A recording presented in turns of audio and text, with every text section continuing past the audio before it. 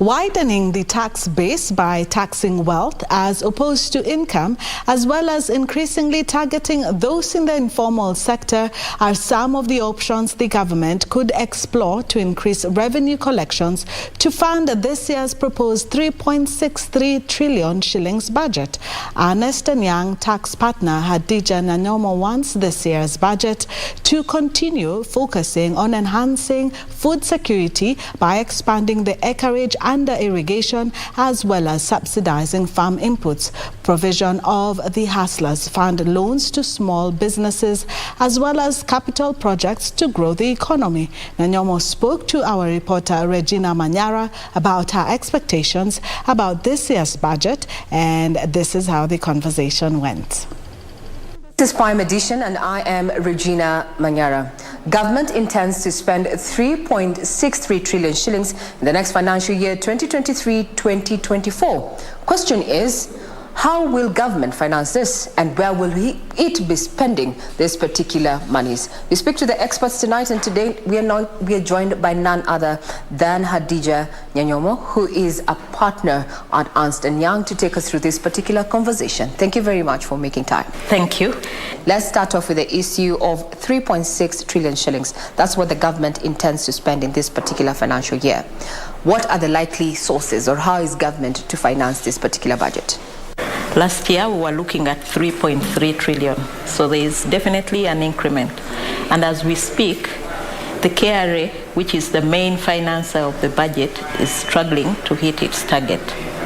So we can only have one more source of revenue to beef up or to let the government hit the target. And this extra source of revenue would ordinarily be borrowing. It could be local, domestic, it could be external borrowing. Now the question and the issue, or the elephant in the room around Kenya, is that we already way above our borrowing ceiling.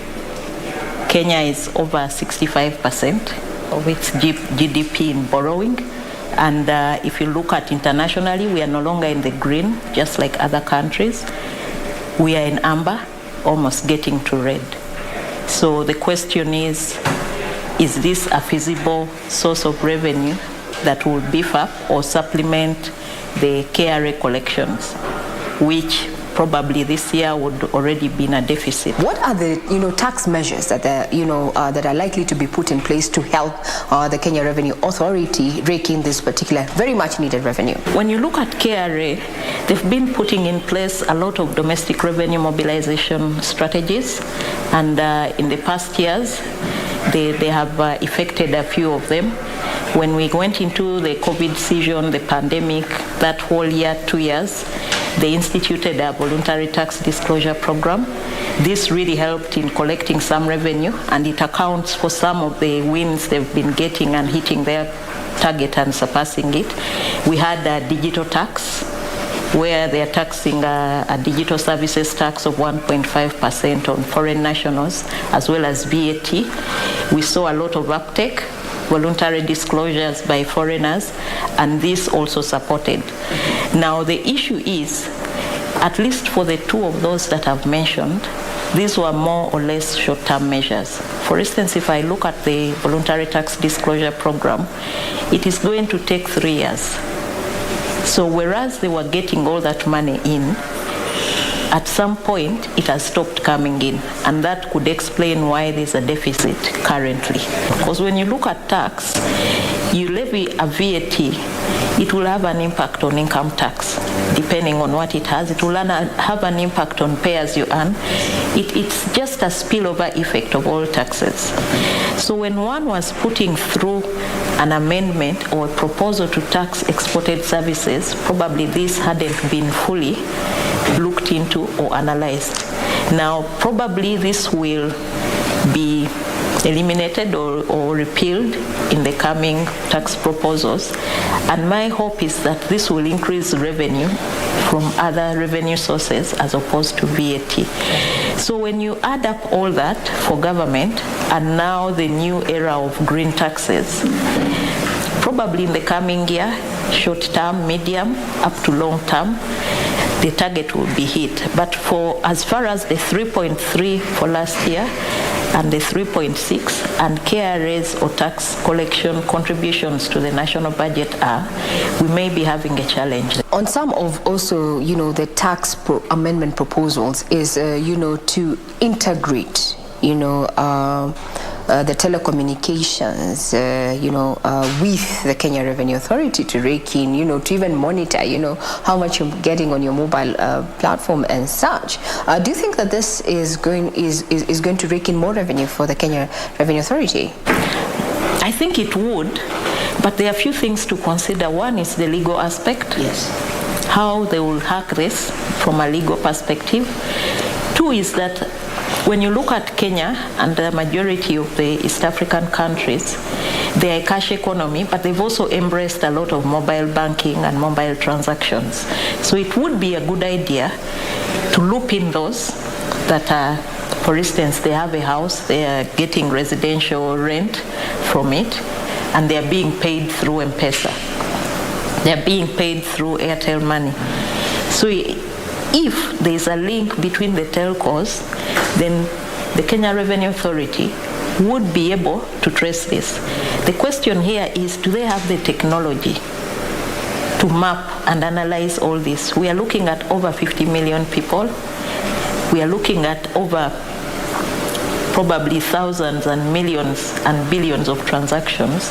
So does KRA or the government of Kenya have the capability to analyze, to pull this data, to be able to use it to the extent that they need to use it to get taxes? So if we are again putting it into the buckets of short-term, long-term, and medium-term measures, this to me would be a long-term measure. They start now, start mapping, look for the technology that will be able to help them assess and pick this. And maybe in the longer term, this could be something that is workable. But I don't see it yielding much in the short term. What has been the prerequisites? What has hampered us from having a national tax policy? The work of a national tax policy is to look into measures, procedures, structures on how revenue is collected. You do not set a tax this year and then next year you're cancelling it, you're amending it. The issue of VAT on export of services, it's in, out, zero rating, it goes to exempt, now it's taxable, it could easily go back to exempt or zero rated. If we had a proper tax policy that says within 3 years taxes should remain stable, that would work.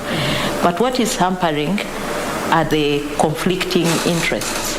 And the two being so intertwined, when you go to Treasury, you'll find that they are working so much and in tandem with the KRA officials, which is a good thing, but objectivity is key here to see that we achieve what needs to be achieved.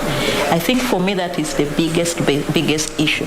And also the mentality, especially by African governments, that when you put something that is positive, in this case a regime that is incentivizing investors, bluntly one would say that is a loss in revenue. And yet ideally it shouldn't be a loss. It is a loss, say, in VAT, but it will be a gain in pay as you earn, it will be a gain in corporate tax, it will be a gain in withholding tax, and it will be a gain when many investors come in and export. This is an export-led growth economy. So you see there's so many conflicting issues that need to be balanced and looked into. What are the low-hanging fruits for the Kenya Revenue Authority going forward in terms of raking in revenue amid the talk of widening the tax bracket? So if I look at bringing in revenue, of course, the tax on derivatives, it will be a tax, but the question is how many people are trading in it. So it will be a tax, probably not that impactful. Capital gains tax, it will be impactful because many people are dealing in sale of property and sale of assets. The question is, what impact will it have on other taxes? What impact will it have on investor confidence and people coming in to invest? So those will bring in revenue, and they are effective 1st January 2023, so that revenue is already expected to be in. but also things like which are more structural, like e-teams, which they're introducing. That would also help bring in people who have not been paying tax. I still think withholding VAT, if really managed well, would also help, because whoever pays you is the person you withhold from, meaning even if they are not registered, at least that 2% is coming in.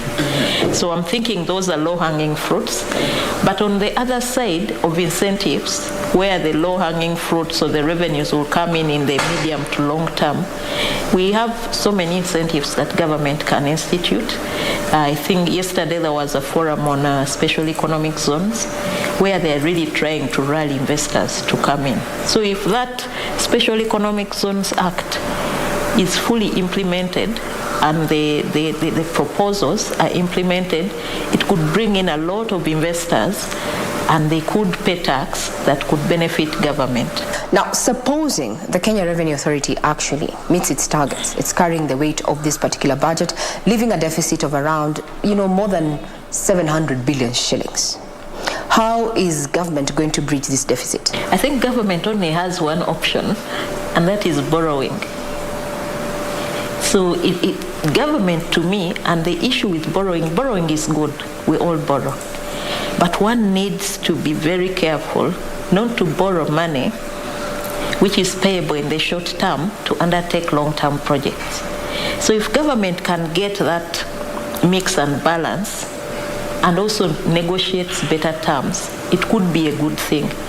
But you'll find that in the past we've been borrowing more or less medium to short-term loans that are targeted for long-term projects like, the roads, infrastructure, dams, and all that. What would be the impact, of, borrowing locally, especially when the private sector has been saying that they're having it hard, access credit? The ripple effect will take us back to actually less revenue, because if I'm an investor, I'm a manufacturer doing some business, I need a loan, and I'm competing with government, definitely I won't get it, and it means that even my business won't grow. So the ripple effect will take us back to, it will just be a vicious cycle. Government will get the money to spend, yes, but again, KRA may fail to hit its target. So you'll find there is no balance, and at the end of the day, the whole target may not be achieved. So from where we sit, one would also look at it in a way that can government also cut on its expenditure? Now, government also intends to issue a sovereign bond in the next financial year, 2023-2024. What do you think would be the incentives here, especially to our international would-be lenders? The competitive advantages are many. For instance, Kenya has already put up the Nairobi International Financial Center. That alone would give investors confidence that the future is bright. Kenya is party to COP, the Conference of the Parties, which is looking to climate change. That is the big deal across the whole economy. The climate is good. They are working towards a better future. So all the cards are in Kenya's favor. We haven't yet hit the red. Yes, we are in amber. So I think it won't be such a big issue around them not getting it. Again, going back to issues of contract negotiations and terms of negotiations, that is where the catch will be. And also knowing that you're competing against other economies that are in the green, that are better off and are better planned. So what government needs to do in this case, it needs to balance its priorities. Now, and you intend to issue another Eurobond, the sovereign bond, so to speak. From a technocrat point of view, is this wise? Is this the right time to actually do that? I would say it's not the right time, but if it's happening anyway, we need to go back to a local currency economy where we are using less of the dollars, where imports are monitored and they are not more. And that is why we are talking about incentivizing investors so that we have more exports. We need to focus more on exports so that the foreign currency comes in and the dollar gets to a better level of trading. So for me, I think it's a matter of balancing. It's not ideal, But we need to have policies and efforts towards ensuring that we have export-led growth, towards ensuring, if it means putting in laws and regulations that ensure that everything is not dollarized, if I could use that term. Because when you look at people renting now, I'm staying in Kenya, why should I pay rent in dollars? Why should I go to a shop and I'm told I need to pay in dollars? All that is exacerbating the issue and exacerbating the issue around the dollar being the Kenya shilling weakening and weakening further against the dollar and other currencies. If you were the one on the seat calling the shots in regard, to Kenya's issue on debt servicing vis-a-vis development, how would you go about it? I think I would tackle two things. To me, and maybe I could be talking as an ordinary person, I'm mwananchi, but I feel like there are small levers that can be tapped within KRA that can yield better results, very simply. If we take that, if we go back to two examples of digital services tax, within 6 months, the then Commissioner General was seated telling press how it has worked so much and how it has raked in dollars.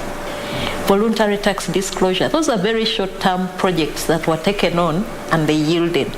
So I'm sure we can come up with many more short-term projects, work on the hygiene factors of customer care, factors of taxpayer education, and for me, I think that can make a big difference. The other issue is trying to see how we cost cut.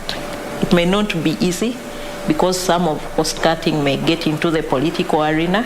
Some of these are political issues which may not be easy to achieve, but that could also help. Then one would, at the third stage, then look into borrowing and see how feasible that would be. But as it is now, if we don't work on KRA, which brings in the money that finances the loans, then it may be a problem. What do you think are going to be, the priority spending areas in this particular budget? From the budget framework paper, we saw that education was leading the pack. Then we had education. Then we had energy, infrastructure, and ICT, 18.7. Public administration, 13.7% of the budget.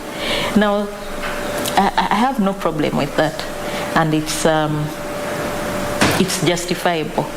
The question again is, I think we need to go back to the drawing board and always think about bucket all these measures into short-term, medium, and long-term. Let's take an example of education. Right now, we are struggling with a weakening dollar. We have a debt crisis. We are having deficits with KRA. If we put all that budget into education, when is it going to yield? This is a long-term project. So if we are trying to push and ensure that we are going to have some quick wins, do away with a few of the bottlenecks, then investing so much in a long-term project at such a time may not be a good idea. The time we were fighting the COVID pandemic, it made sense to have health as a priority because that was urgent and it needed to be done. It was a short-term issue. Now I see health has been pushed at the back burner, which also makes sense. Now coming to energy, infrastructure, ICT, it makes sense. We are trying to drive energy project. We are trying to see that we get ahead in infrastructure and ICT. But looking at infrastructure, everything has gone into infrastructure, and these are also long-term projects. So from where I see it, I would imagine that if we want some quick wins, we need to find those years where we say agriculture is key for us. Tourism, what do we need with tourism? It's a cash cow. Kenya is already self-selling. So in a nutshell, Hadijah, what areas, what sectors would you prioritize in as far as spending is concerned if you are the one calling the shots? I would prioritize tourism. I would prioritize agriculture, and that goes along with manufacturing. I would still look at ICT, infrastructure, energy, but education would come midway for me.